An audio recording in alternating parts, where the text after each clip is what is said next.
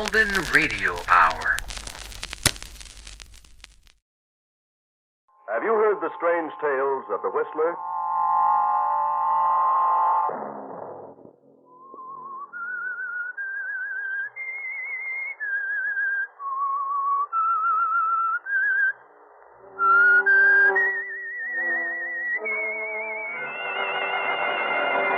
I'm the Whistler.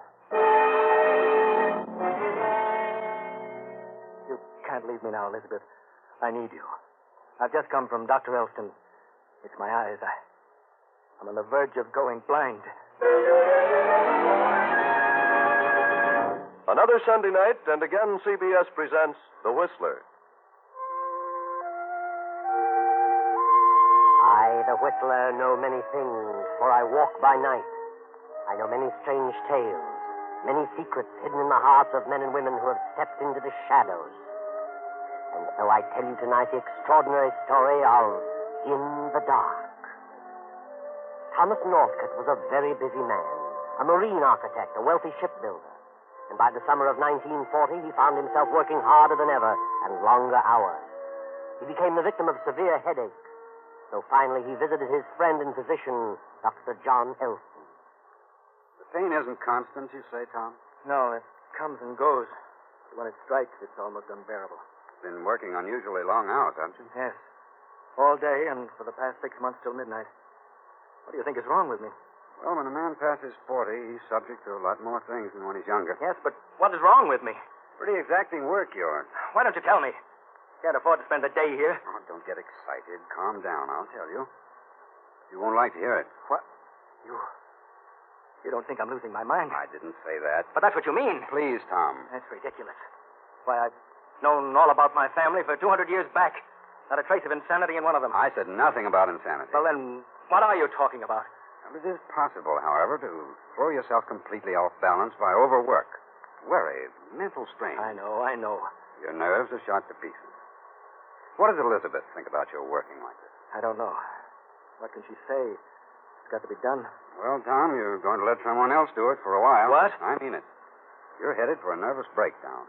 And something else. What else? Blindness. Good heavens. You have an eye condition which has become aggravated by environment. What can be done about it? Stop work immediately, rest, get outdoors, get away. For how long? A month at least, maybe longer. Put that yacht you built to some use. Been tied up for over a year. Are you sure about all this? Positive. All right, John. I've no choice in the matter. I'll drop in again in a few days. Of course. Goodbye, Tom.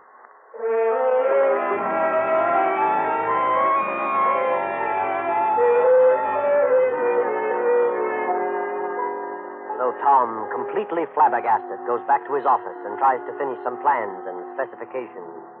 But he cannot keep his mind on the work, so he goes home early. Well, good evening, Mr. Northcote. Good evening, Billings. This is most unusual. I mean, we didn't expect you for dinner. I know. I didn't feel so well this afternoon. Sorry, sir. Isn't Elizabeth having dinner here? No, sir. Mrs. Northcote hasn't had dinner in for several weeks. I didn't know that. She's been going out every evening. Well, I don't want much. Something light. Very good, sir. Oh, there's a letter for you in the library. A letter? Yes, sir. Thanks, Billings. Letter, eh? Certainly not a business letter. No return address. Yes.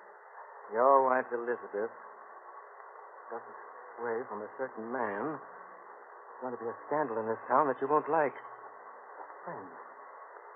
Heavens. Stay away from a certain man. Billings. Billings! Yes, Mr. Northcote? Do you know where Mrs. Northcote has gone? No. Did she say who she was to meet? No, she never does. Just goes out for the evening? Oh, sometimes in the afternoon as well. I see. You look a bit pale, sir. Shall I call Dr. Elston? No, Billings, I don't think he could be of much help. I'll be all right. Good night.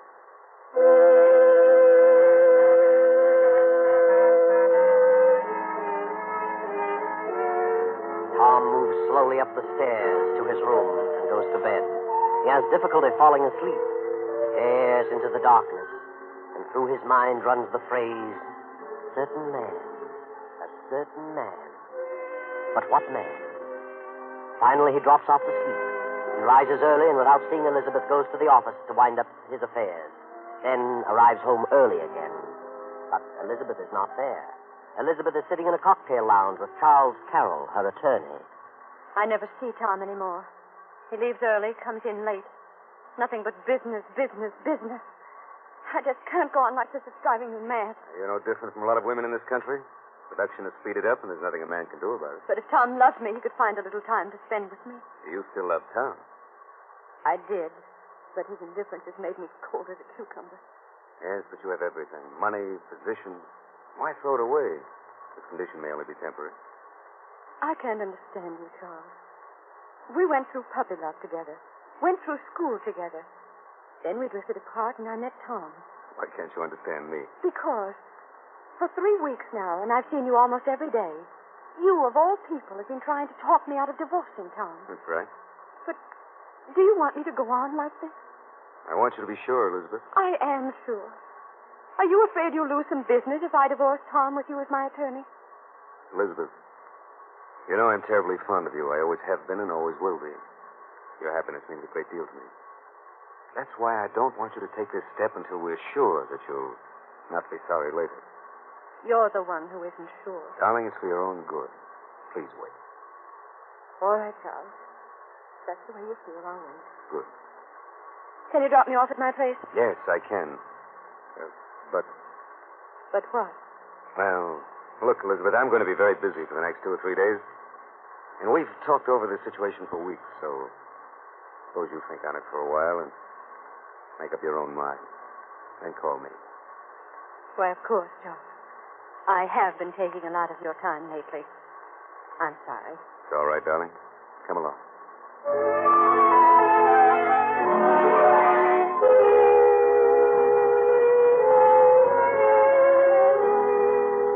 Charles takes Elizabeth home and leaves her at the door. Tom Northcott is in the library waiting for Elizabeth. Tom? Huh. What on earth are you doing home so early? Well, I'm certainly surprised. Are you? What's happened? What did you do this afternoon? The same thing I do every afternoon and every evening. Try to kill time. I suppose it has been rather boring lately, since I've had to spend so much time at the plant. Yes, it has. Been playing bridge a lot, have you? Yes. Bridge and parties. Oh, there are a number of things one can do when one has to. I'm sorry, Elizabeth, but this extra heavy load of business is not of my own making. I thought you would understand. I understand that you work hard, that you're very busy. But even when you're here, you seem to be completely unaware of my presence. You come in late, go to your room without a word, get up with the birds, and leave without a word. I wasn't aware of that. But I suppose it's true. I was able to stand it at first. And then I became horribly lonely. So lonely, I couldn't bear this house another moment. So I started going out here and there. That should have helped. For a while. You had changed, Tom. I did attribute it to business, but when you changed so completely, became so indifferent toward me, I suddenly realized that you no longer loved me. And then I changed. You changed? Yes. Finding some way to occupy my time is no longer the difficulty. No. What is the difficulty? My difficulty is forcing myself to come back to this empty shell each night. You think I don't care for you? What else could I think? You're saying you've lost your affection for me. Yes. And you found someone who is more attentive? I have many friends whose company is most pleasant. A man? Friends. Men and women. Friends who understand. Elizabeth, they don't understand. And you don't understand. In another moment, you'll be telling me you want to leave me. I do. I can't stay here any longer. Then we'll both leave together. What? This is all a complete misunderstanding, Elizabeth. We love each other, regardless of what you think. This can be remedied very easily. No, Please Tom. listen to me. I need your help. Help? What do you mean? For some time now, I've been ill. I've said nothing about it, but it's grown worse. The pain has increased. Pain? Yes, in my head, in my eyes. Flashes of light. I went to see Dr. Elston. John. Yes, Dr. Elston. He told me that I must quit work, take a complete rest, or go blind. Blind? Oh, Tom, how awful. We'll take the yacht, Elizabeth. A long cruise. It'll save my sight, and it'll help us, too. We can pick up where we apparently left off. But, Tom, Please, Elizabeth, I need you.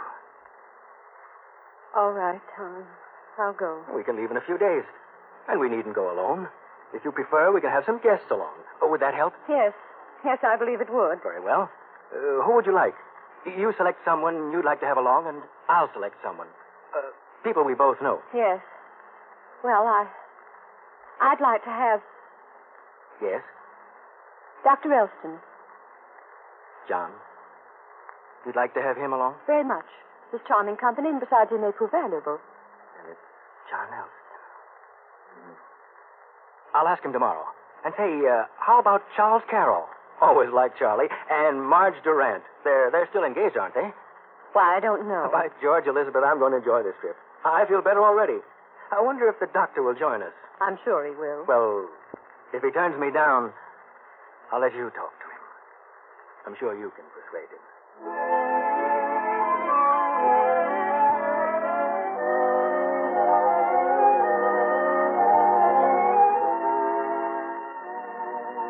Next day, Tom visits the doctor, John Elston, and after some persuasion, the doctor accepts the invitation. Then Tom runs into Marge Durant in the doctor's waiting room.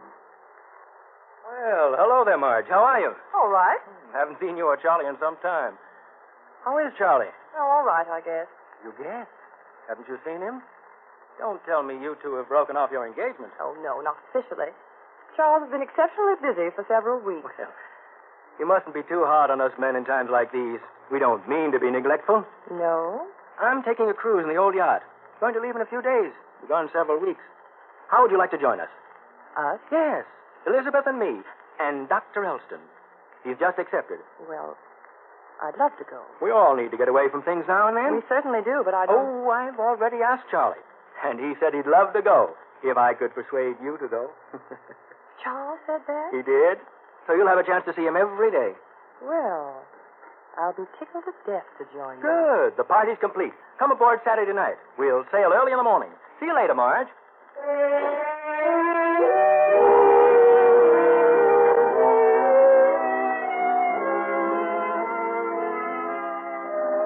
Now it is Saturday evening, the eve of departure. After an early dinner, Tom, suffering from severe head pains, goes to the library where he dozes in an armchair. Tom? Tom? Tom, wake up. Huh? What? Oh, Elizabeth. I must have had quite a nap. Well, the pains are gone. I'm glad of that. It's 8:30. We better leave for the yacht. 8:30. Good heavens. Turn on the lights, Elizabeth. What? Push the switch. Tom? What's wrong, Elizabeth? Tom, the lights are on. What? Elizabeth. Yes, I just turned them on. Good Lord. It's happened. Oh, Tom, I'm terribly sorry. Shall I call the doctor? No, wait. We better cancel the trip. No, please. I'd rather go on. And I'd rather we didn't say anything about this. I'm sure it'll pass. We'll go ahead. And I'll bluff it through for a while. You'll help me. Won't you, Elizabeth? Yes, Tom. I'll help you.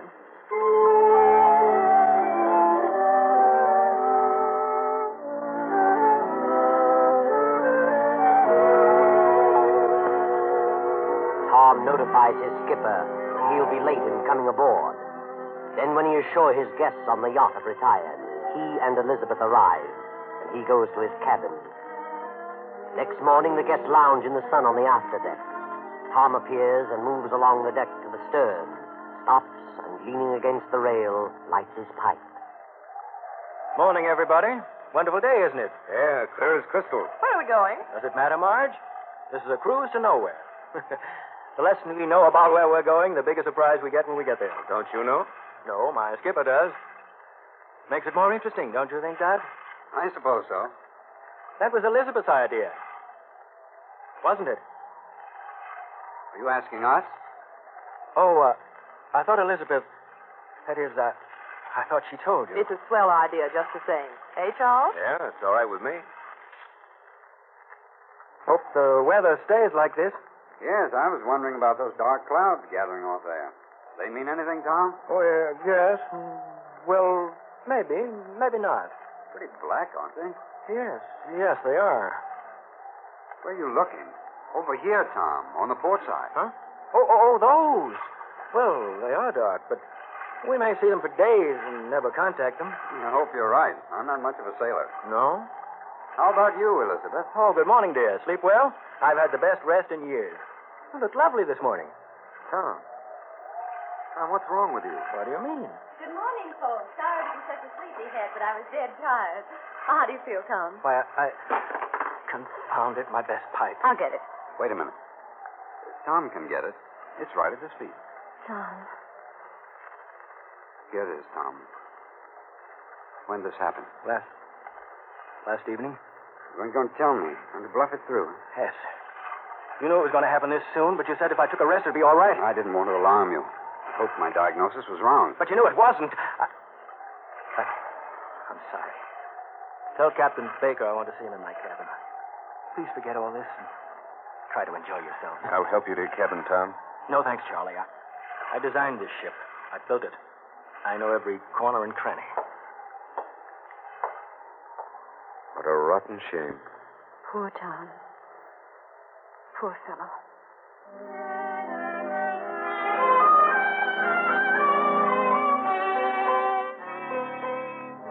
That evening after dinner, Elizabeth visits Dr. Elston in his cabin.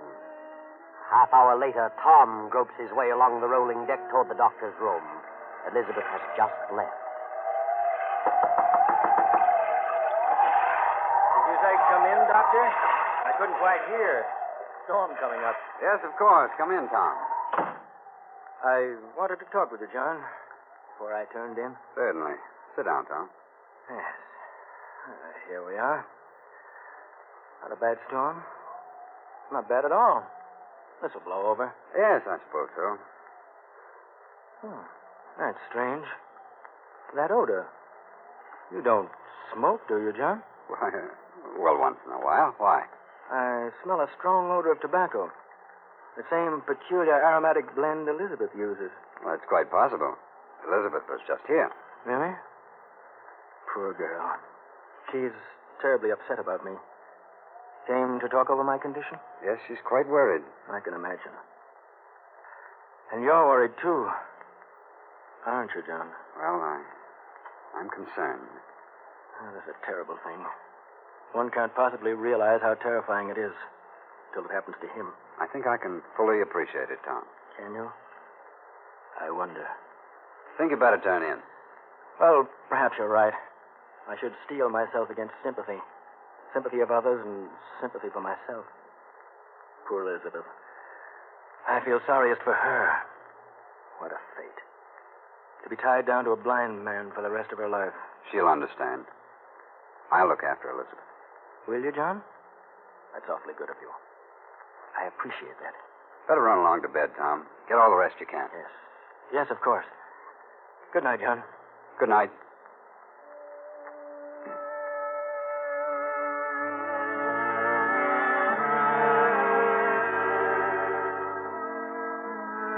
The next evening, after dinner, Elizabeth is in her cabin. Elizabeth feigned seasickness and did not appear, so Charlie Carroll goes to her room. You're not seasick, Elizabeth? You and I have sailed rougher water than these. But I don't want anything to eat, Charles. Now, please, darling, you can't go on like this. You've got to pull yourself together. I know. But what am I going to do? I'm bewildered. A few days ago, I was positive he didn't love me and I didn't love him. Now this happens and everything has changed. How do you mean? Well, now I'm sorry for him. And the indifference has changed to something else. Changed to pity? Perhaps that's it. You mean you don't want to divorce him now? I don't see how I could. Afraid of what people would say? Oh, no. But somehow it just doesn't seem right. Now Tom's different. Maybe it took this darkness to show him the light. I mean... Oh, I don't know what I mean. No. Elizabeth. Come on, darling, get a hold of yourself. Oh, Charles. I don't know what to do. I don't know what to say. Don't say anything, darling. Everything will turn out all right. I know what to do. Charles, you're a darling. I don't know what I'd have done without you all these long weeks. Now, just take it easy. Well, take a look at that, Doctor. We certainly ought to apologize, but we were stricken dumb. Marge, what are you talking about? Oh, dear, the sweet little innocents. You give them a lecture on life, Doctor. Now, wait a minute, Marge. For 3 weeks, Charles has been busy. And this is why. What a nice way to be busy. Marge, please. You're jumping to conclusions. Jumping? Are you kidding? Charles has been avoiding me for 3 weeks, and there's the reason in all her glory. Marge, you're out of your mind. You can't believe such a thing. Of course not. Not unless I heard it, and I heard it and saw it. Tom would just love to hear about this. Marge, you mustn't. No? Watch me. Just watch me. Don't worry, Elizabeth. I'll stop her.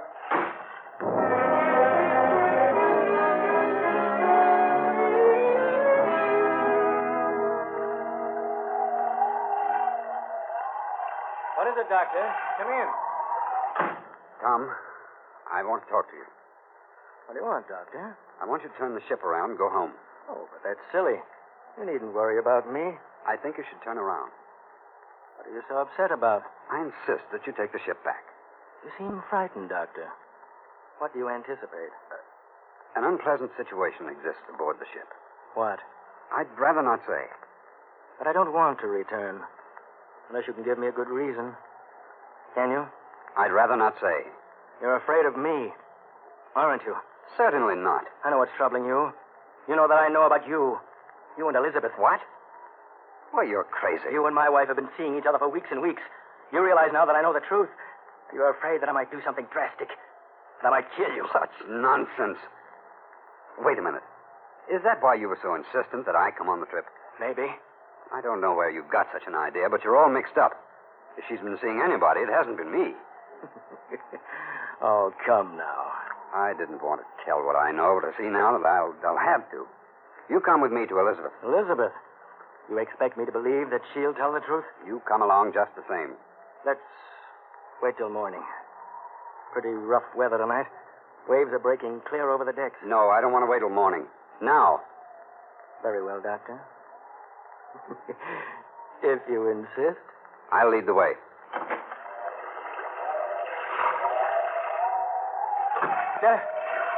Wouldn't want you to get washed over the side. That'd be too bad. We'll go around by the stern, up the other side. Look out, here comes a big one. Hang on.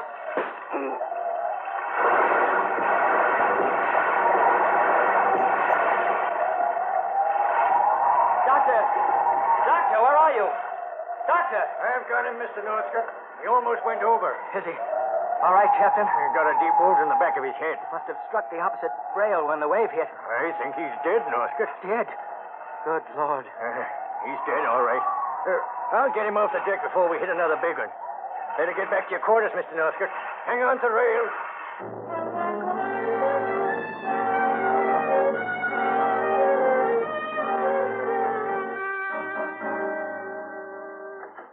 Elizabeth, are you here? Yes, Tom, what's wrong? Something terrible has happened. An accident. An accident? What is it? It's Dr. Elston. He's dead. Dead? What are you saying? He was coming along the afterdeck, and a big wave came over and washed him against the opposite side. Struck his head. The captain says he's dead. Well, why don't you say something? Elizabeth. Elizabeth. Charlie, I didn't know you were here. She's fainted. Fainted? Really? Well, that's strange. Elizabeth. You're all right, darling. Here, drink this. John. John. Oh, John. Oh, here you are, Tom. You're just the one I wanted to see. Yes, Marge? What's the matter with her? She fainted when I informed her that Dr. Elston had been killed. Doctor, what happened? A big wave tossed him across the deck. He struck his head on the opposite rail. Oh, Poor John. Let's turn back. I can't go on. And why can't you go on? I just can't. Please turn back. That's ridiculous. We'll have to bury him at sea, of course, but why shouldn't we go on? Are you out of your mind? No. Why are you so terribly upset about the doctor? Why? How can you ask such a thing? You sound as though you didn't care. Maybe I don't. But it's very obvious that you do. You're out of your mind. Would you faint if anything happened to me? No. But the doctor, that's different. What are you trying to say? What? You and the doctor. I found out days ago. You tried to blame me, but I know differently now. I received a letter from someone telling me that you were running around with a certain man. That man was John Elston. I never heard of such a lie. I haven't seen John in weeks. Who sent you that letter? I did. But I wasn't referring to John. You sent it. And who did you mean? I meant you. You and Elizabeth. You've been seeing each other every day for weeks. You and Elizabeth think you're clever, but you're not. You sent the letter? Yes. And it wasn't John? No, it was Charles. I've seen them. They've been meeting every day for weeks. We have been meeting every day for weeks. You admit it, then. Certainly, but not for the reason you think. You're both stupid. And why were you meeting? Charles and I are old friends. And he is an attorney, my attorney. We've been discussing a divorce. Divorce? Yes, I was determined to divorce you. But Charles tried to talk me out of it. We've been arguing for weeks. Certainly. Marge, you're nothing but a silly little troublemaker. I've known that for a long time. Now, maybe you know why I broke off with you, why I stopped seeing you. I wouldn't trust you across the street. Now do you believe me, Tom? Come in. Mr. Northcott. Dr. Elston just died. Just died? Why, I thought he was dead when you found him on the deck. So did I. When I got into his stateroom, he regained consciousness for a few moments. What? Yes. I saw the wave strike Mr. Northcott. And I also saw what happened just before it struck. Yes, Captain, go on. This man here is Johnson, one of the crew. He was with me when Dr. Elson regained consciousness. Tell him what the doctor said just before he died, Johnson. Well, Dr. Elson said that he was walking ahead of Mr. Northcott, and just before the wave came over, he turned around suddenly. As he did, Tom, Mr. Northcott, struck him on the head with something. He fell, and the wave washed him across the deck. That's right. Then he died. Search Mr. Northcott, Johnson. This is ridiculous. I own this ship. But I'm the captain. Sorry, Mr. Northcott. Oh. Here you are, Captain. A gun. Mr. Northcott, you're under arrest. And you're fired. Both of you. Yes, Mr. Northcott, that's to be expected. But not until we tie up in New York. It's quite natural that you'll have no further use for this ship after I turn you over to the police. You're a fool. Johnson, radio port officials in New York. And ask Mr. Svensson to put about. Well, Tom, you had a plan, a setup for a perfect crime. But like all so-called perfect crimes, it failed. You jumped to conclusions, worked a little too fast. Marge was wrong in her suspicions, and you followed along without investigating the source of the letter. Now Marge has lost Charles forever, and you have certainly, definitely lost Elizabeth. You deserve what's coming to you. You planned the cruise with a diabolical purpose, and furthermore, you did not lose your eyesight. That was a hoax, a trick to trap the man. But very soon you will lose your sight, and your hearing, and your speech. In fact, you'll lose all your faculties, because you'll be dead. I know.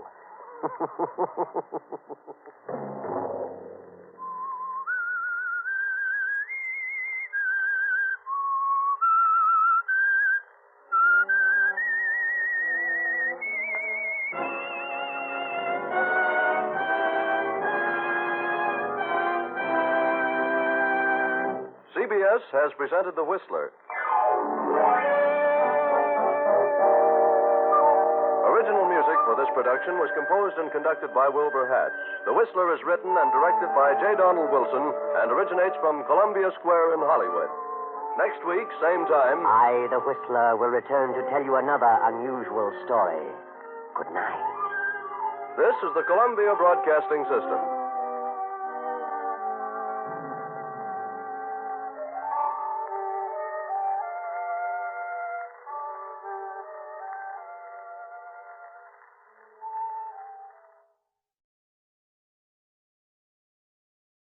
Have you heard the strange tales of the Whistler?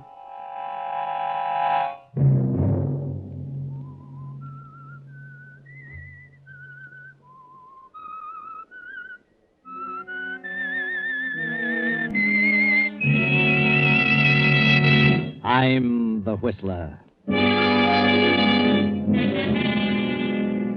I no longer see fearful things in the night. All that has changed. Night and the shadows are friendly.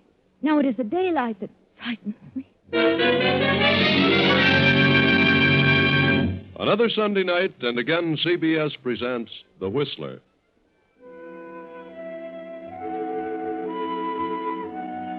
I, the Whistler, know many things, for I walk by night. I know many strange tales, many secrets hidden in the hearts of men and women who have stepped into the shadows. And so I tell you tonight the unusual story of Legacy of Death. It was 10 years ago that Henry Mitchell, formerly a biologist, married Martha Holliston, the widow of a wealthy cotton grower. Martha continued to direct the business of the plantation with the aid of Henry as overseer. She had one child, a daughter, by her deceased husband, a girl named Doreen. Now the mother lies on her deathbed. She's been ill for almost a year and grown steadily weaker. It won't be long now, Henry. And there's something I must tell you. Something you must promise to do for me. Yes, Martha, I'll do anything. It's about my daughter. Doreen is 21 now. She's a woman, and she'll be thinking of marriage soon. I know, Martha. I've watched her every move, raised her carefully. I've been stern in my opinions regarding her. And perhaps, at times, I've seemed too strict. Yes, Martha, but a mother knows best. Doreen has always been an odd child.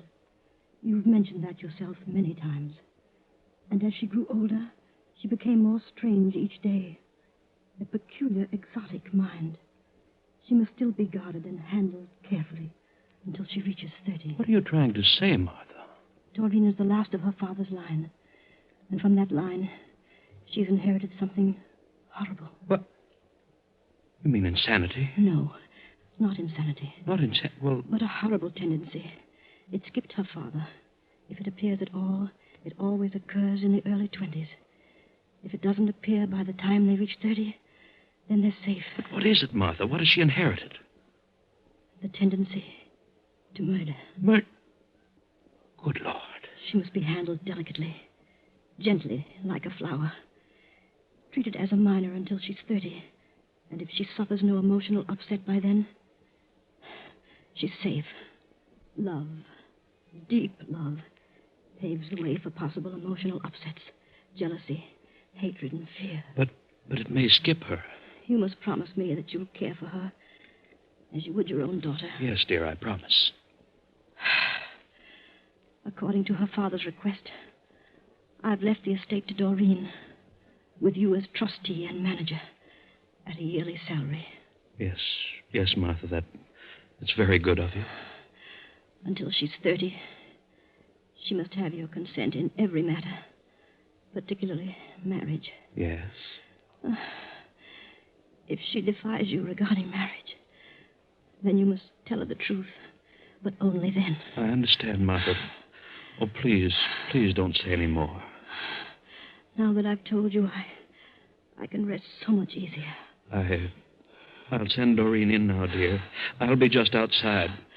Henry, you're a darling.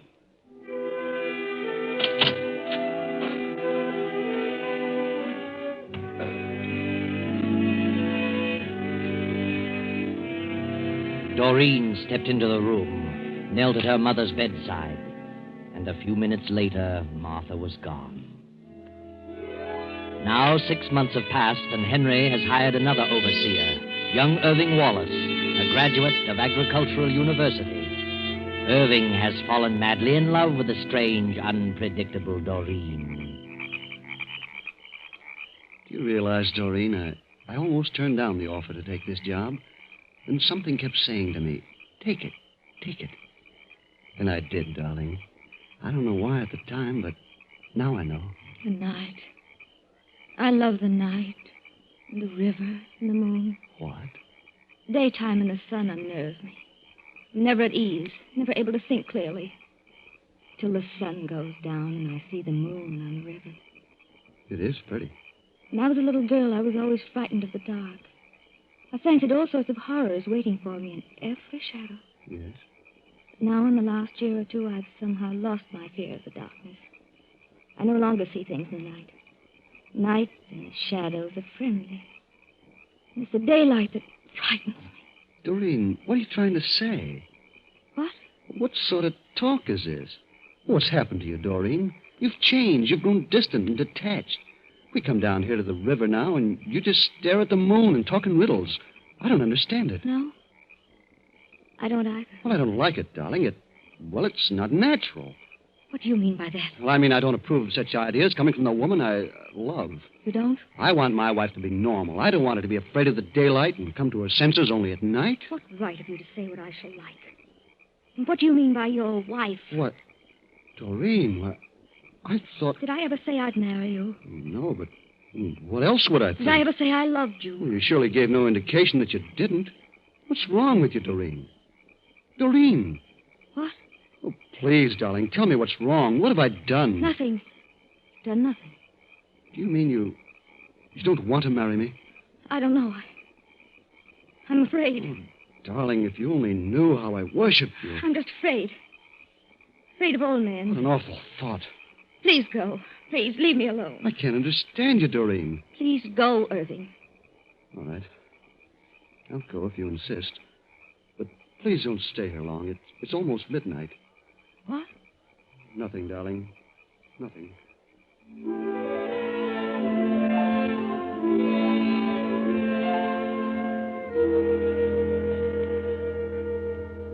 I saw the light in the library, Mr. Mitchell, and I wanted to talk to you. Have you noticed anything strange about your stepdaughter lately? Strange? I mean about her behavior, her actions. Not particularly. Well, I just left her down on the riverbank, and she's talking a lot of nonsense. Nonsense? And what were you doing down at the riverbank at this time of night? I may as well tell you. I'm in love with Doreen. I want to marry her. Marry? Yes. I knew nothing of this. Well, I suppose it's only natural. It's just the way it happens. But, well, really, Mr. Mitchell, I love her so much that I... Never mind. You needn't say any more.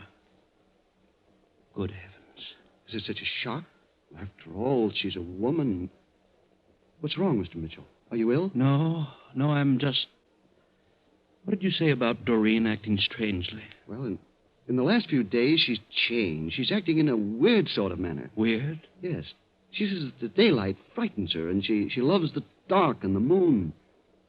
Tell me, is Doreen in love with you? Well, I certainly thought she was. She led me to believe so. Until tonight. And had you talked of marriage? Well, not until this evening. I thought the idea was mutual. Then all of a sudden, she turned cold. Well, that's why I came to you. Maybe she's ill or something. Yes. Yes, Irving, she is ill. What? Sit down, my boy. You really love her? Oh, more than I can tell. You have only her best interest at heart? I do. Thank heaven you told me this in time. I'm going to ask a sacrifice of you, Irving. You must stay away from Doreen. You must say no more to her about love or marriage. Why not? I love her. Then you'll do as I say. Keep out of her way as much as possible. I know that seems hard, but for her own good, you must. What do you mean? What's wrong? See, I have to tell you the truth. Since this has happened, I must tell you. Doreen has inherited something that may lie dormant, but which under emotional stress may appear without warning. You're trying to frighten me? Oh, no. Doreen has inherited a tendency to... To what? To murder. Murder? Oh, I can't believe it. Yes. It's a strain in her father's family. It appears only in the 20s, but if it doesn't appear before 30, the person is safe from the malady. Oh, it just doesn't seem possible. I promised her dear mother I'd do my best to protect her from emotional disturbance of any kind until she reached 30. Now, do you understand? Yes, I understand you, but... Well, I'm not cold. You say she's acting strangely. That may be an indication, and you must do your part to help by staying away from her. Very well. I will. If it's for her own good. It is, Irving, believe me.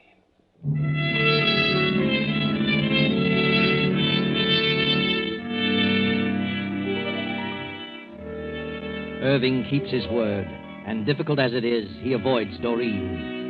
Then a few weeks later, Henry Mitchell's handsome young brother, his only living relative, Clyde Mitchell, a wealthy Hollywood writer whom Henry hasn't seen in years, drops in unexpectedly. Well, Clyde, you've been doing very well in Hollywood, haven't you? Yes, indeed. Hollywood's been good to me. I've made a fortune. And I've handled my money in a better fashion than most of them. Every dollar I get is turned over to a manager, and he invests it for me. I couldn't write my name to a check for $500 if I wanted to. Good. I'm glad to hear you finally got some sense. Why did you give up your biological research? Oh, I haven't entirely given it up. I still dabble in agricultural biology. You seem to be doing all right, Henry. This is a nice plantation, nice home. I'm sorry I didn't get to meet your wife. She had a daughter, didn't she? Yes, she's here. Doreen. Strange girl, most unusual. No children of your own, Henry? None. You and I are the last of our line. We're the only living ones of the family. It's up to you to carry on the name, Clyde. Yes. Well, I suppose I'll get around to that sooner or later. I'm engaged. Expect to be married this summer. Maybe before. Hollywood girl? She lives in Hollywood, but she came from Boston. One of the Harrington girls. Oh, I'm sorry. I didn't know anyone was here. Oh, come in, Doreen. Come in. This is my brother, Clyde. Clyde? I'm glad to know you, Clyde. Doreen. What a charming name. Clyde is a movie writer. Been quite successful in Hollywood. Oh, now, don't tie me down to pictures, Henry. I've written a few novels, too. Yes, I know. You wrote Moon in the River. Guilty? I was terribly impressed by it. It was out of this world. I have a fan. Are you staying for a while? Oh, a few days. I like it here. Do you? I'm glad. Well, I'll leave you alone now. I know you want to talk. Good night. Nice girl. I said she's a nice girl. Oh, yes, she's gorgeous. I've never seen such red hair, such strange eyes. Why, they're hypnotic. Red hair and green eyes. What did you say? I didn't say anything, Clyde.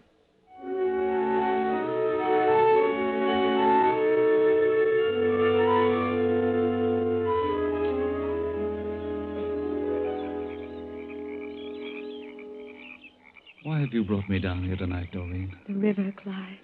The moon in the river. Look at it. A stream of silver and gold flowing on and on. Down to the sea. To the melting pot. To eternity. Yes. It's very beautiful. That's your river. Moon and the river. You made me conscious of that, Clyde. It breathes and lives. That's why I've come to love the night and hold no fear of the dark. You mean you're at ease in the dark? Tonight I'm soothed and the moon thrills me. The moon and the river. And they mean the same to you. The same? They must. Or you could never have written as you did. You and I are the same, Clyde. We see alike. Look at me, Clyde. Yes? Why don't you say it? I know what you're thinking. Say it. Doreen, You love me. No, don't turn away. Look in my eyes and say it. I love you. I love you, Doreen. And I love you, darling.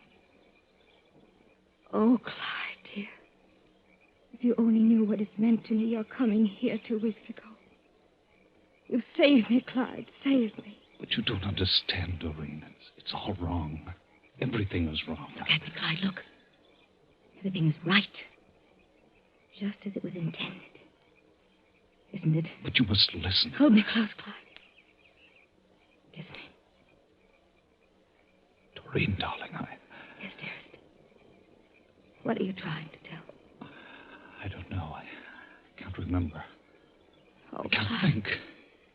Nothing else matters. Nothing is real but our love. And the moon and the river. And you won't leave me, Clyde, ever. I won't let you. Doreen, please. This can't go on. It isn't right. I've got to get away. You won't leave. You can't leave me because you love me. Yes, Helen, help me. I must be mad. But I do love you. But I just can't seem to... Don't say a word, dear. Just us. And the moon. And the river.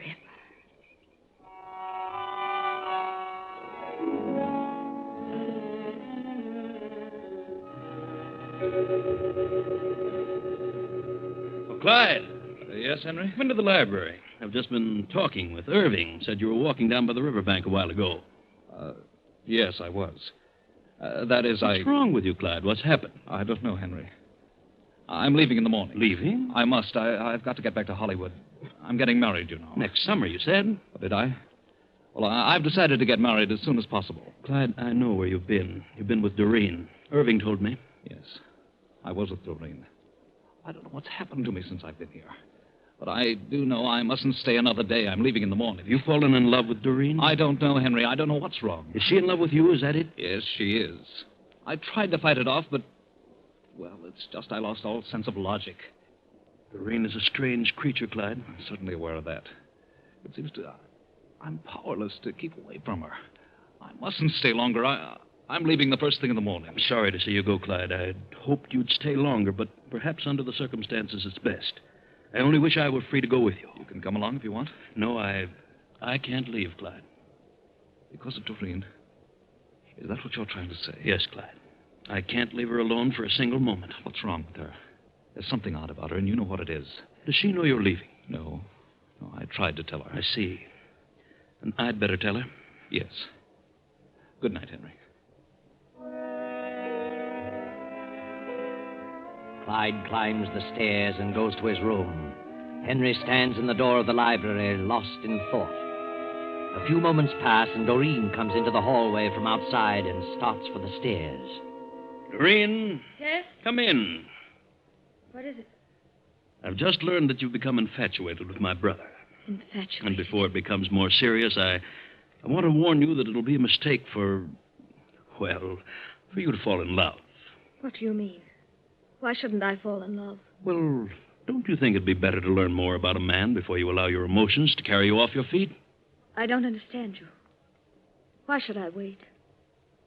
It'll be better if you do. Please believe me. What's the reason back of all this? Well, Doreen, I hate to tell you this. Why don't you say it? What is it? You're making a fool of yourself. I mean, Clyde is making a fool of you. That isn't what you were going to say. Yes, that's exactly what I was going to say. I know my brother better than you. He isn't serious about you. Why, he's never been serious about any woman. He never will be. He isn't the type. Believe me, he doesn't love you. I don't believe you. I know he loves me. I know. And I'm going to marry him. Marry him? Yes. You poor girl. I'm terribly sorry for you. Clyde was here a few minutes ago. I asked him about you, and he told me that he wasn't in love with you. You see, my dear, he's engaged to another woman. He's going back in the morning to be married. Married? If he had been serious, he'd have told you the truth. I'm sorry this had to happen to you. I have tried my best to keep you from falling in... What did you say?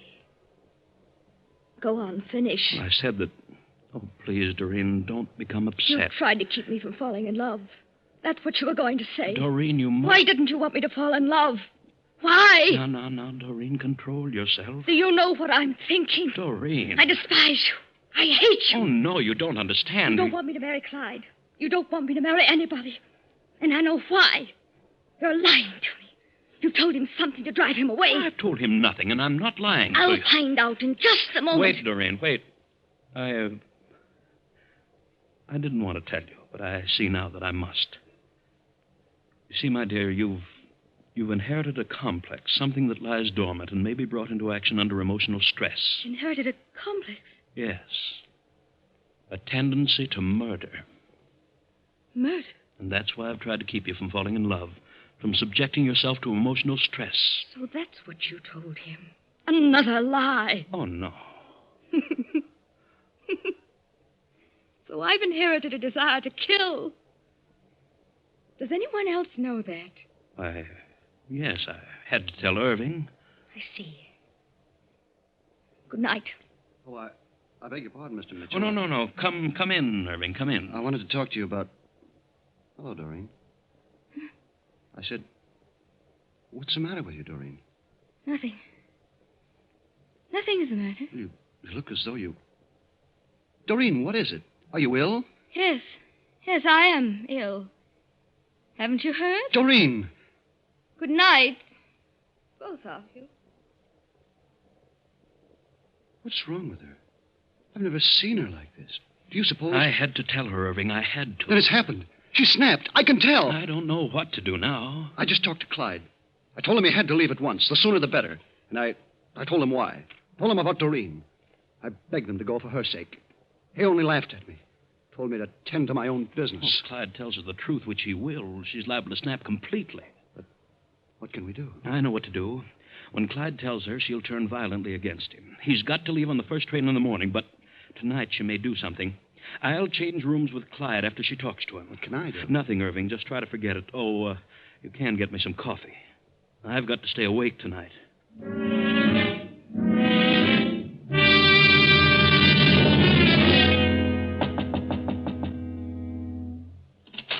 Doreen. What is it? I want to ask you something, Clyde. What? Are you leaving in the morning? Well, yes, Doreen, I am. Why? I've some business to attend to. Why are you leaving me, Clyde? Why don't you take me with you? Take you? But I can't do that. Why didn't you tell me you were leaving? Well, it came up all of a sudden. Oh, did it? What did your brother tell you about me? He didn't tell me anything. No? I love you, Clyde. But you can't leave without me. I can't take you with me, Doreen. It's impossible. Why is it? Because I'm going to be married. Married? Yes. I wanted to tell you, but... Married?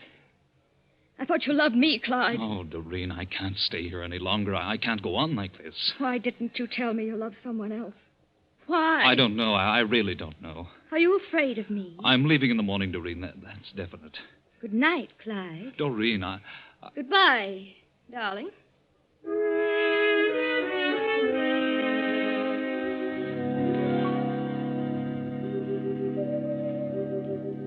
Now, the next morning.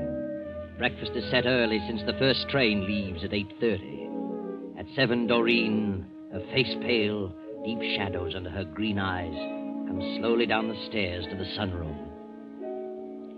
Good morning, Doreen. Morning. Sit down, Doreen. Did you rest well? No. I didn't sleep so well either. Guess the storm disturbed me. Was there a storm? Yes, an electrical storm. Didn't you hear it? I don't remember. What time does the train leave? 8:30. Clyde will be down in a few minutes. Mr. Mitchell. Yes? Mr. Bolton like to see you. Oh, tell him to come in. Morning, Mr. Mitchell. Morning, Bolton. This is Mr. Davis, my assistant. This is Dr. Upton. How do you do? How do you do? Gentlemen, this is my daughter, Doreen, and this is my superintendent, Irving Wallace. Yes, I know. How are you, Irving? What are you doing here? May we see the body, Mr. Mitchell? Yes, Sheriff. Sheriff! Body? What's happened? Clyde has been murdered. Clyde! Murdered? Why, murdered? Yes, during the night. Clyde! Come along, gentlemen. Upstairs. The sheriff and his deputy make the routine inspection of the room and the body.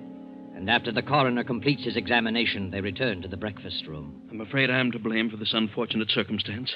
My wife begged me to keep her from emotional upset. I did my best, but I'm afraid it wasn't enough. I never dreamed she was falling in love with Clyde. When I learned about it, it was too late. I made a mistake by telling her. It only upset her the more. Say she inherited this tendency to kill from her father? Yes. Her mother made me promise to guard her carefully until she was 30. You see, it only appears in the early 20s, if at all. It lies dormant and may be brought to the fore by emotional stress. I see. Too bad. Did you leave your room last night, miss? What? No. That is, I don't remember. You were in love with him, and you didn't know about the other woman? I loved him. I didn't know about the other woman till last night. I didn't kill Clyde. You have no recollection of leaving your room? No, I... Will you come to town with us, miss? Why? Oh, we just want to talk to Wait. you. Wait, I can't stand this any longer. Doreen, why, she didn't kill Clyde. I know. I killed him. You? But... Here we go again, Doc. You're trying to protect her, Irving, because you love her. I do love her. Sure you do. Where's the gun? Gun? There's no gun. Clyde wasn't shot. No? No. I killed him with a sickle. A sickle from my tool shed. Now, do you believe me? Has he seen the body, Mr. Mitchell? No, I didn't say how he was killed, but Irving... I killed him. I knew about Doreen, and I wanted to save her because I was jealous of Clyde. Well, he was killed with a sickle, all right. Yes, my sickle, from the tool shed. Now, do you believe me? Do you know what you're saying, Irving? I think he's shooting in the dark. No, and I can prove it. If Doreen had entered that room and stabbed anyone, she would have killed Henry. Not Clyde, but Henry. Why? Because Henry was afraid of what might happen during the night. So he changed rooms with Clyde. And I was the only one who knew that. Doreen would have killed Henry. Is that true, Mr. Mitchell? Why, yes, we did change rooms, but... And she didn't know that. Well, I don't know how she could have known it, but she must have discovered the switch. You know, I think Irving knows too many details to be lying. I think he's telling the truth. I am. I killed him. He didn't. Irving didn't kill him. He is trying to protect me. I remember something now. Remember what? If you killed him, Irving, what time was it? It was 4 a.m. Have you established the hour of death, Doctor? I have. Wait, I'll tell you. It was at midnight. 12 o'clock. What time was he killed, Doc? About 12 o'clock last night. Couldn't possibly have been 4. How did you know that? At midnight, I went to Clyde's room to talk to him. I was awakened by a horrible dream. It frightened me, so I went to his room. Clyde wasn't there. No one was there. So if Henry was occupying that room, and he was not there at midnight, Henry must have been in Clyde's room. What? Henry must have killed Clyde. What? Why would I kill my own brother? For the same reason you killed my mother. Oh, nonsense. I've been suspicious of you ever since Mother died. What? I know you've looted my estate. Now, look. That's why you didn't want me to marry. And you were your brother's only heir. He was wealthy and his money could save you. You knew I was suspicious of you. Why, this is ridiculous. So you killed Clyde for his money and tried to blame it on me because you knew I'd be suspected. That's why you told Irving about my hereditary tendency. Why, she's crazy, gentlemen, completely insane. Examine my mother's body. Check the account. She's mad. Mr. Mitchell, do you believe she inherited this tendency to murder? Why, certainly. Her mother warned me of all this. You're a biologist, aren't you, Mitchell? Oh, yes, I was. Still are, Dr. Henry Mitchell. Well, I still dabble in biology, only as it concerns agriculture. Mm-hmm. I recently read an article you wrote a few years ago in which you proved the one thing that was not hereditary was a criminal instinct. That such tendencies were the results of environment. You proved that. Well... And you knew from the beginning that the mother was merely a victim of a false belief. But you used that belief to suit your own purpose. It all adds up against you, Mitchell. We'll just follow through with the girl's advice about your wife's body. I wouldn't be at all surprised by the results of the autopsy. Let's go, Doc. And they did follow through on Doreen's advice. And they did find her estate rifle. And they found traces of poison in the mother's body. So Henry confessed. If it hadn't been for Doreen's psychic powers, he'd have gotten away with everything. Oh, yes, Doreen was definitely psychic. Because she said she went to the room at midnight and no one was there. But she did not go to the room. But she did wake up at the start at midnight. She knew something terrible was happening, but didn't know what it was till this morning. She put things together and knew the truth. And Irving knew about the sickle because he missed it from its rack, and he was merely guessing. But it all worked out to a successful conclusion, and Doreen need have no further worry about her so-called inherited criminal tendency, because there is no such thing. I know.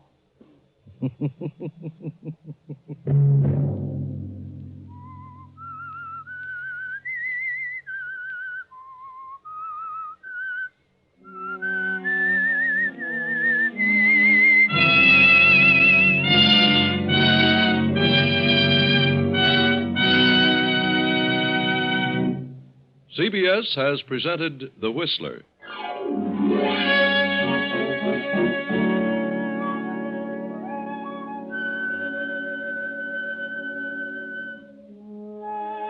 Original music for this production was composed and conducted by Wilbur Hatch. The Whistler is written and directed by J. Donald Wilson and originates from Columbia Square in Hollywood.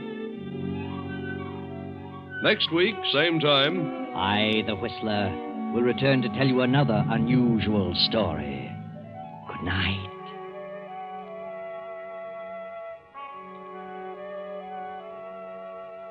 this is the Columbia Broadcasting System.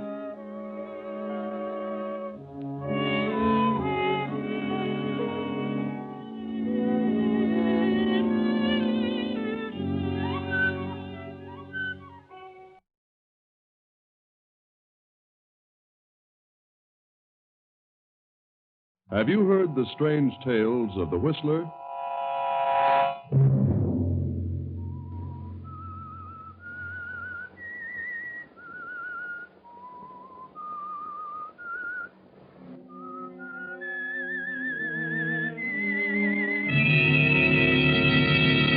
I'm the Whistler. My plan is sound, mathematically sound. It cannot fail. It's perfect. 3 months from now, I will be worth $50,000, independent for life. Another Sunday night, and again CBS presents The Whistler. I, the Whistler, know many things, for I walk by night. I know many strange tales, many secrets hidden in the hearts of men and women who have stepped into the shadows. And so I tell you tonight the amazing tale of Fool's Gold. Herbert Lang is chief teller of the Amalgamated Bank. A thrifty man of 43, Herbert has been an employee at a small salary for over 20 years. Honest and punctual, his reputation is above reproach. Herbert is thin, slightly bald, bespectacled, and unmarried. Herbert is a poor man, but he has a plan. He won't always be poor, because he's developed his plan for 10 years. And 10 years should bring mathematical perfection to any plan. For 5 years now, it has been working. And by the 1st of June, 3 months from now, I will be worth $50,000. Herbert studies the figures on the little pad before him, writes a total of 50,000, and smiles behind his bifocals. Then an abrupt sound breaks his meditation. Herbert? Huh? The auditors just found another shortage, and they've traced it. Shortage, another? Yes. $3,000. They've traced it? Definitely. Third one this year. And to whom did they trace it, Mr. Faber? That young fellow, Barton. He denies it, of course, but the evidence is all against him. Barton, I can't understand what happens to young men lately. I do my best to hire the ones I think are on him. I wish you'd exercise a little more care. Oh, I know they have the best of references. I should think by now you'd be able to judge character at a glance. I'd have sworn by that boy, Mr. Faber. They've taken him down to the police station. Oh, what a shame. Very embarrassing, Mr. Faber. I feel as though I'm responsible. Oh, now, don't take it that way, Herbert. After all, we're insured. But it is annoying to both of us. We all make mistakes in judgment now and then. Besides, you've had your nose to the wheel without a vacation for 3 years now. It doesn't pay, Herbert. You'll crack up. Well, I haven't felt as though I needed a vacation. And besides, when I do take one, I'd like to have it all in one lump. I've always wanted to tour Europe or some foreign land. 2 weeks mean nothing. I understand. I feel the same way, but what chance is there? I do think you need a rest from this place. I'll let you know when I'm really tired, Mr. Faber. I doubt it. I will say that I admire your devotion to duty. Thank you, Mr. Faber. It's good to hear you say that. I want you to know that I appreciate the opportunity of being with the firm for 20 years. Yeah. Oh, there's a board of directors meeting this afternoon. I'm going to try to get you a raise. Oh, that's all right. Whatever they decide will be for the best. I wouldn't want the board to think I was dissatisfied here. You're 43, Herbert, and alone, unmarried. That isn't right. And you're not the type of man to tackle marriage on your salary. Well, I've been thinking about it. I have plans. I've saved a bit. I found the right woman. Mr. Faber, I may surprise you one of these days. Yeah. Drop into my office after the board meeting. I may have some news for you. Make it around 3. Thank you, sir. Thank you. Herbert sits at his desk smiling. What complete confidence they have in him. What a perfect setup. 3,000 more accounted for. 3 more months and I'll have reached my goal. 50,000 and independent for life in South America. With a move of sudden decision, Herbert slaps on his hat, walks out of the bank, and pays a visit to Hazel Yates at her apartment. What are you doing away from the bank at this hour of the day, Herbert? I'm out to lunch. I thought I'd drop by. Oh, that's nice. I'm certainly surprised. Hazel, exactly 3 months from now, I'm going to take a vacation. You certainly need one. It's been ages since you've been away from your work for more than a day. Yes, I know, but I had to keep my nose to the grindstone. But now it's different. What do you mean? Well, I've kept it a secret, but now I can tell you. I'm going to get married. Married? Herbert, you're going to get married. That's right. But I thought you never considered marriage because you felt you couldn't support a wife. That's true, but now it's different. I didn't want to say anything till I was sure. What are you talking about? Hazel, for several years now, I've been working on a problem, a plan that cannot fail, because it's mathematically correct. What? Herbert, you frighten me. It has to do with the stock market. I've worked it over and over. Stock market? Gambling? Oh, no, not gambling. Not the way I worked it out. Lots of people have thought they'd found the secret to playing the market. And what happened? Well, this isn't a theoretical plan. This has already worked, proven. Already worked? I set myself a goal, an amount of money I felt sufficient to live on, in ease for the rest of my life, $50,000. Beyond that sum, I would not attempt to go. $50,000? Yes, I've placed every dime to use according to the plan, and I've not missed once. Herbert, you mean you have $50,000? Well, not quite, but we'll have by the 1st of June. Well, I can't get over it.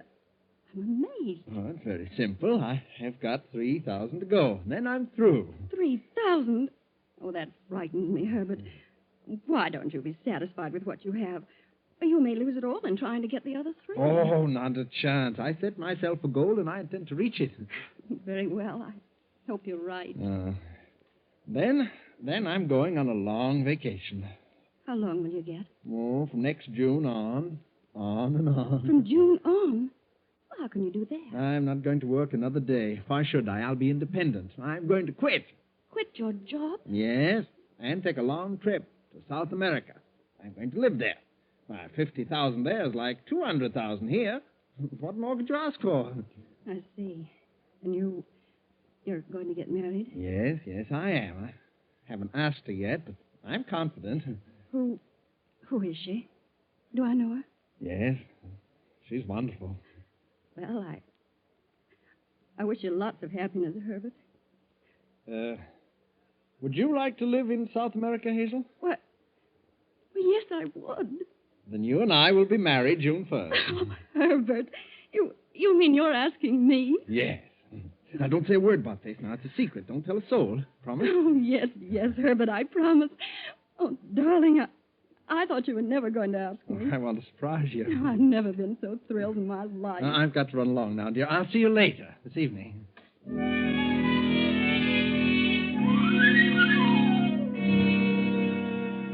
Yes, everything is working perfectly for Herbert Lang. A 10-year plan just cannot fail. A few months from now, and he will be independent. Hazel, 50,000, and South America. It's after 3 now. The board meeting is over. Herbert steps confidently to the president's office. Well, I see the meeting's over, Mr. Faber. Yes. Come in, Herbert. I talked it over with the board. They didn't seem to agree with me. Oh. No raise? Sorry, Herbert. Board members are rather a cold group of individuals. Oh, that's all right, Mr. Faber. I've gotten used to it after all these years. They're a very selfish lot. Whole lot of stock. Someone else does the work. They draw big dividends. It's all they're interested in. Well, I hold stock too, Herbert. Oh, I know, sir. But you take a more personal interest in the employees because, well, you're an active officer. Oh, yes, of course. Well, maybe they'll see their way clear next year. I'm certainly not one to become impatient. No, Herbert. I'll run along now. Just a minute. I haven't quite finished. Oh, no, sir? I had quite a session with the board. For the life of me, I don't understand one of them. What do you mean, sir? They were up in arms about that latest shortage. Oh, but I had nothing to do with that. Do they think I took it? No, certainly not. But, well, they do think you are indirectly responsible. Brought up the fact that the 5 men you've hired in the past 10 years have all been sent to the penitentiary. Oh, but how can I tell by looking at a man that they were all recommended? The board thinks you've been working too hard, Herbert. That you need a rest. What? They've instructed me to give you an extended vacation. Extended vacation? How long? Indefinitely. Effective in 2 weeks. Oh, but that's impossible, Mr. Faber. I just couldn't do that. Why, I have a tremendous amount of special work on the books. I just couldn't attend to that in the next 2 weeks. The board at first wanted your vacation to be effective tomorrow night. Well, that's ridiculous. You know that, sir. Who else here could step in and take over on a moment's notice? Yeah, of course. That's true. Do you think you could straighten things around in 2 weeks if you had special assistance? Special assistance? Yes, but I won't need any help, sir. I'll be able to handle it myself. Well, as soon as you finish, take a nice long trip. You need it, Herbert. Very well, sir. Oh, yes. And by the way, the board has voted you a $500 bonus. Have they? They only give a bonus on retirement. Why don't you tell me the truth, Mr. Faber? Sorry, Herbert. That's the way they feel. Nothing I can do about it. Oh, you'll let me hear from you from time to time. Retired at 43. Well, good night, Mr. Faber.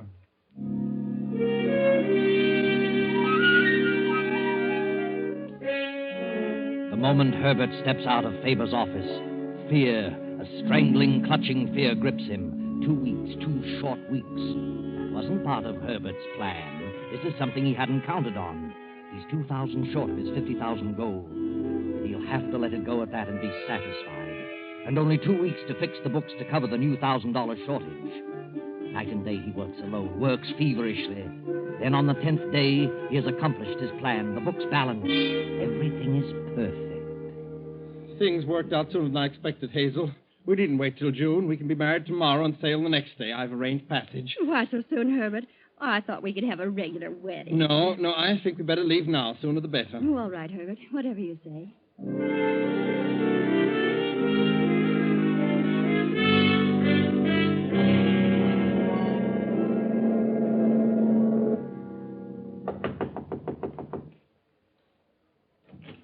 Yeah? Good evening, Mr. Evans. Anything you or Mrs. Evans wish, just press the button. Thank you, Steward. I'll arrange for your deck chairs in the morning. Thank you. Yes, you're welcome, Mr. Evans. Why did he keep saying Mr. Evans? Eva? Did he say Evans? Yes, Mr. and Mrs. Evans. Strange. Must have confused us with someone else. I'll put him straight on that in the morning. What did you do with the passports, Herbert? Well, they're in my coat. May I see mine? Yes, of course. Later. We'd best get along to dinner now. I always thought a person had to appear and sign his passport before an official. Oh, no, not always. May I see my passport, Herbert? What's wrong with you, Hazel? Please, Herbert. I'd like to see it. Very well. There you are. Herbert, why are we traveling under the name of Evans? Well, it's better that way, incognito, you know. How did you get this passport without my signing for What? it? This isn't my signature. Who signed it? That doesn't matter. I got it. You better study that signature and be able to copy it when we arrive in port. Don't worry, darling. It's done this way every day. I don't believe you. You're hiding from someone, running from something. Oh, that's silly. $50,000. The stock market. What are you getting at? Now I am suspicious. Are you, Hazel? You stole that money. Stock market. Well, you never made a dime on the stock market in your life. Aren't you being a bit silly, Hazel? So this was your plan. A system.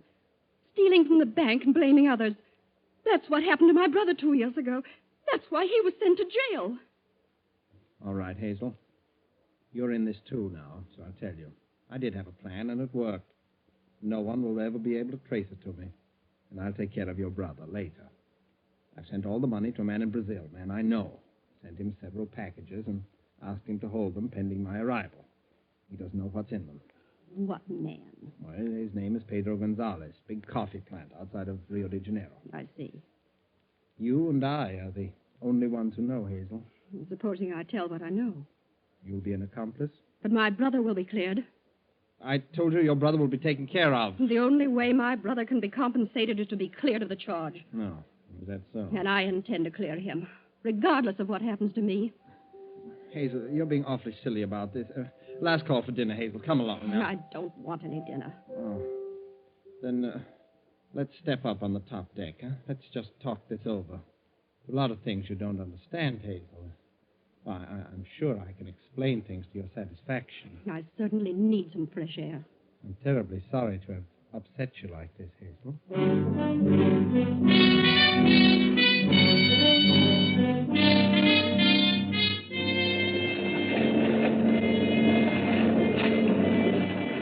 The tossing liner plows on through the darkness. The wind sings mournfully through the masts and cables. Herbert cannot sleep. Herbert is worried.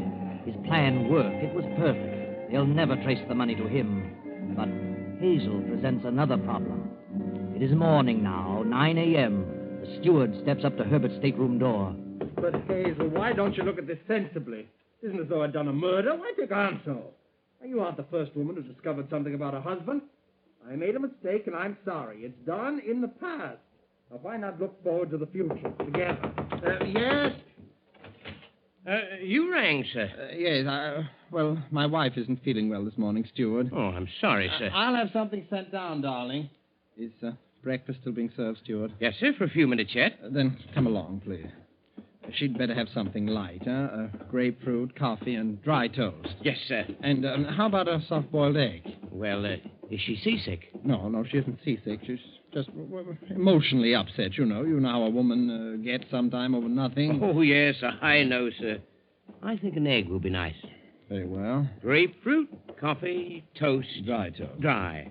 And an egg. Take about 15 minutes or so. Here's the coffee shop, sir. You'll get quicker service here. Oh, thanks, Steward. And good luck, sir. What? What do you mean? Well, I married myself, and I know how it is. Women are just naturally suspicious creatures and jealous of everyone.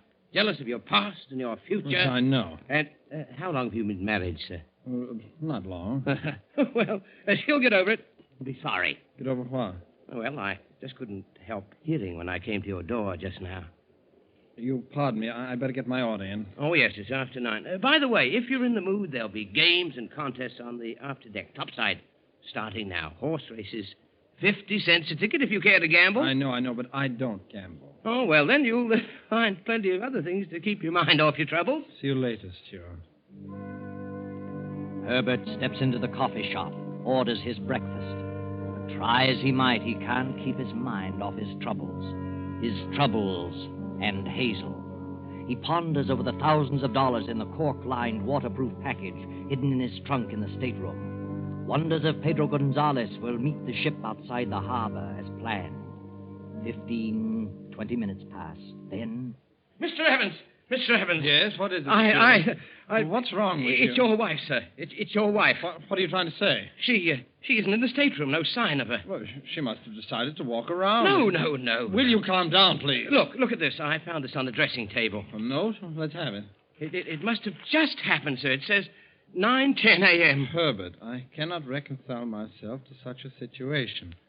The very thought of being married to such a man as you sickens me to the depth of my soul. I can't go on. And don't think you will escape punishment for the suffering you've caused. Goodbye. Hazel. He's jumped over. 9:10. Just 12 minutes ago. I was a little fool. I'll phone the bridge. Give me the bridge. She was out of her mind. Bridge? Stop ship. Man overboard. Man overboard.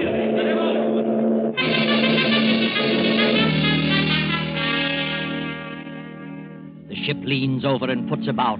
They scour the choppy seas for over an hour, circling and circling. Herbert stands beside the captain, peering wild-eyed into the water. Finally, the captain gives up hope, orders the ship to resume its course, and invites Herbert to his quarters. Sit down, Mr. Evans. Thank you. Come in, Steward. Yes, sir. Well, we've certainly done our best, Mr. Evans. No one can deny that. Yes, Captain, I know it, and I appreciate your efforts, but the sea is very choppy. It would be hard to find anyone. As you know, we'll have to ask a few questions. Yes, I understand. This note was written by your wife at 9:10 this morning. Yes, sir. Do you recognize it as her writing? Well, of course. It's hers, all right, Captain. I checked with her passport signature. Mr. Evans, how long have you been married? Just a few days. We were on our honeymoon. The tone of this note indicates that your wife was terribly upset about something she had discovered. That's right. I tried to reason with her, but she refused to see my side of it, I guess. What was she referring to in the note? I can answer that. I'm not asking you, Steward. Oh. What was she referring to, Mr. Evans? Well, she was referring to another woman. She'd found out about another woman, a woman I'd known previous to our marriage. Did your wife threaten you? No. Did you threaten her? Certainly not. When did you see her last? Well, it was at 9 o'clock this morning. She was so upset she didn't want to go up to breakfast. I decided to go alone. I rang for the steward to bring her something to the room. That right, Steward? Yes, sir. After the steward left, did you go on deck with your wife? Well, no, I left with the steward, went to the coffee shop. That's where the steward found me and showed me the note. Yes, sir. As I stepped up to the stateroom to answer the call, I heard them arguing. I heard Mr. Evans asking her to forget about the past and think of the future. Yes? And he told her he'd have me bring something down. Him and me walked along the corridor up to the coffee shop. He told me what to bring her, and I got it. When I returned to the room, she wasn't there. I found a note on the table and ran for Mr. Evans. Then I phoned the bridge. And you didn't leave the coffee shop, Evans? I did not. Ask the coffee shop steward. Are you trying to infer that I pushed my wife over? Certainly not. We just want all the facts. We're on the high seas, you know. And this represents a court of inquiry. Coroner's jury, so to speak. I see. Mr. Goodman, my first officer here, the ship's doctor, and I will make a decision. What's your opinion, gentlemen? According to the steward's statement and the note, I'd say suicide. Mine is the same opinion. Very well. I agree with you. It's quite obvious that she committed suicide. Enter the findings in that manner, Mr. Goodman. Yes, sir. I'm very sorry about this, Mr. Evans. Please accept my condolences. That'll be all, gentlemen.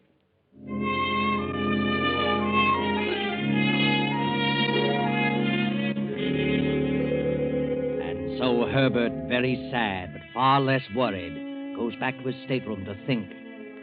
10 days later, the sleek liner checks speed and prepares to stand off outside Rio de Janeiro, awaiting the arrival of the pilot. Dusk has fallen. The ship barely creeps along. Herbert stands at the aft port rail, a package in his hand, a cork-lined waterproof package. Many small boats bob about on the surface, moving at a snail's pace. As the first officer moves forward, Herbert speaks to him. Why are we stopping out here? Well, we always stop at this first light to wait for the harbor pilot. How much longer before we get in? Oh, we'll tie up in about an hour. Stand here for about 10 minutes. Pilot's on his way out now. I see. What's the name of this first light here? Oh, it's called the Cordoba Light. Thank you. Why don't you come up forward? There's nothing to see from back here. All the excitement will be up ahead. Yes, I'll go up there in a moment. What's that you have there? Huh? Oh, this. Camera? No, it's some manuscripts. Why the oilskin wrapping? You think we might go down? Oh, no, Well, I guess I am a little superstitious. After all, we did sail on Friday the 13th. Well, I'll see you up forward.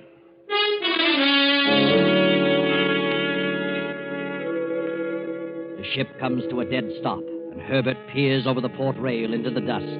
He scrutinizes each small craft, waiting, watching for the signal from Pedro Gonzalez. Then, after several minutes, a tiny launch approaches the ship very slowly, and just as it reaches the port quarter, a tiny red light flashes on and off. Herbert cups his hands around his eyes and focuses on the one man in the little boat.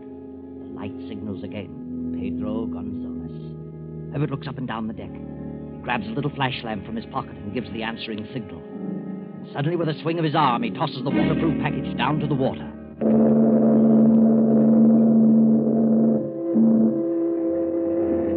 He's got it. Good work, Pedro. The man grabs the package, and the little launch moves away and heads up the coast as the liner churns off up the harbor. Herbert smiles a smile of relief and steps briskly with self-satisfaction toward the bow.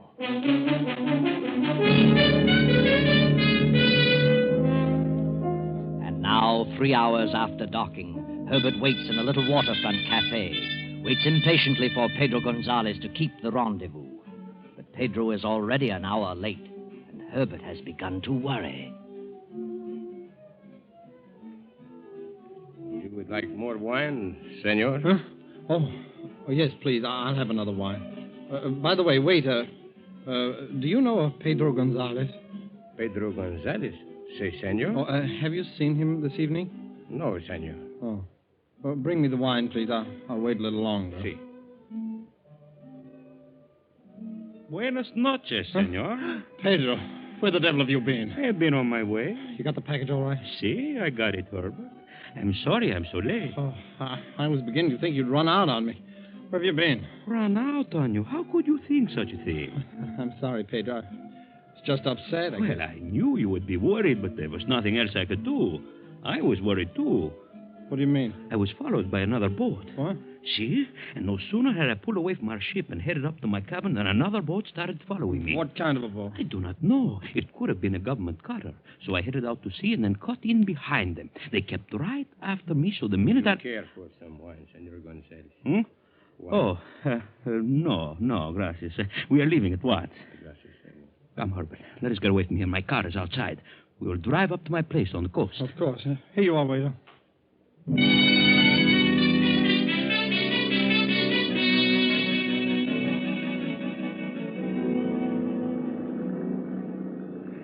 I bought the shack on the beach I told you about for this purpose. A fisherman's shack. Do you know what I call it? Casa Dinero. House of money, eh? I have done a little fishing, but only as an excuse for having the boat. Well, how's everything in New York, eh? I always liked New York. Did you? Perhaps next year I will go back there for a visit and live in style, eh? Of course, you will have to stay down here for quite a while until this blows over. Maybe not. They can't trace anything to me. How much did you get? Well, according to our agreement, your share should be $5,000. $5,000? Beautiful, wonderful. But look, I want to know about this boat that follows you. Well, I was plenty worried, so instead of landing at my place, I landed half a mile up on the beach. The second I got out, I picked the spot and buried the package in the sand. What? I was afraid they would follow me to the shack. Oh, but you agreed that you'd hide it under the floor in a gas can. I ask you, Herbert, what would you have done? I was not taking any chances. Oh, and just where did you bury it, Pedro? Oh, it is easy to find. A half mile up the beach and 50 feet from a small... What is it, Pedro? What's the matter? There is a car following us. What? Maybe the police. Police? Step on it, Pedro. Why should the police follow us? Hurry, Pedro. They're gaining on us faster. It is wide open. Ah, they have turned left. It was not the police. Pedro, look out, those kids! Eh? What? Going on the road!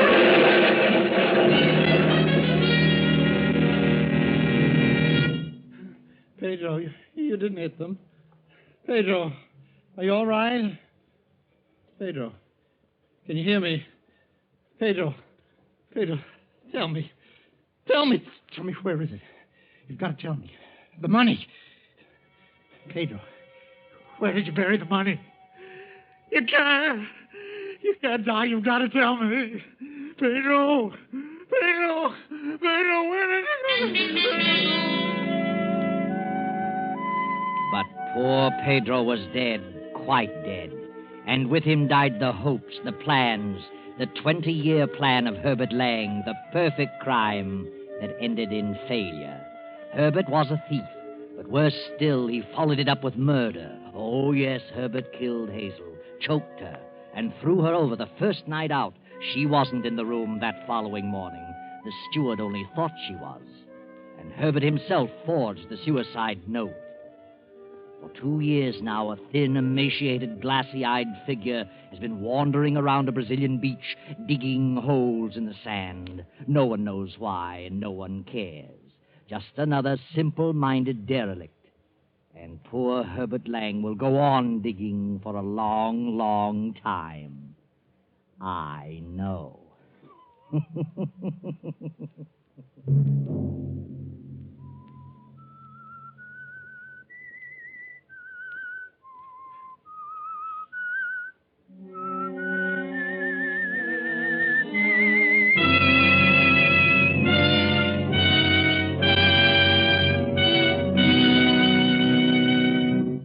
CBS has presented The Whistler.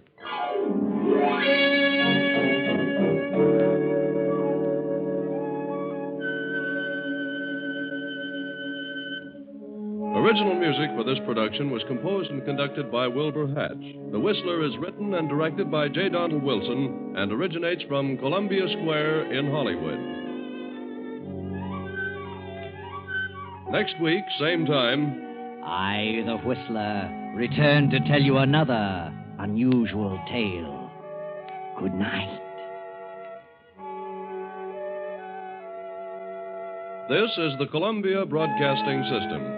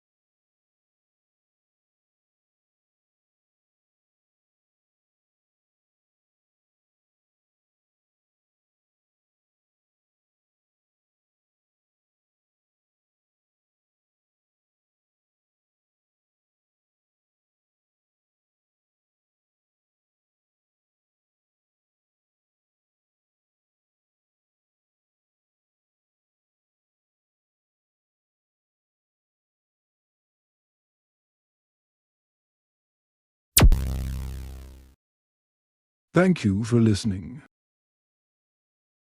Please like and subscribe.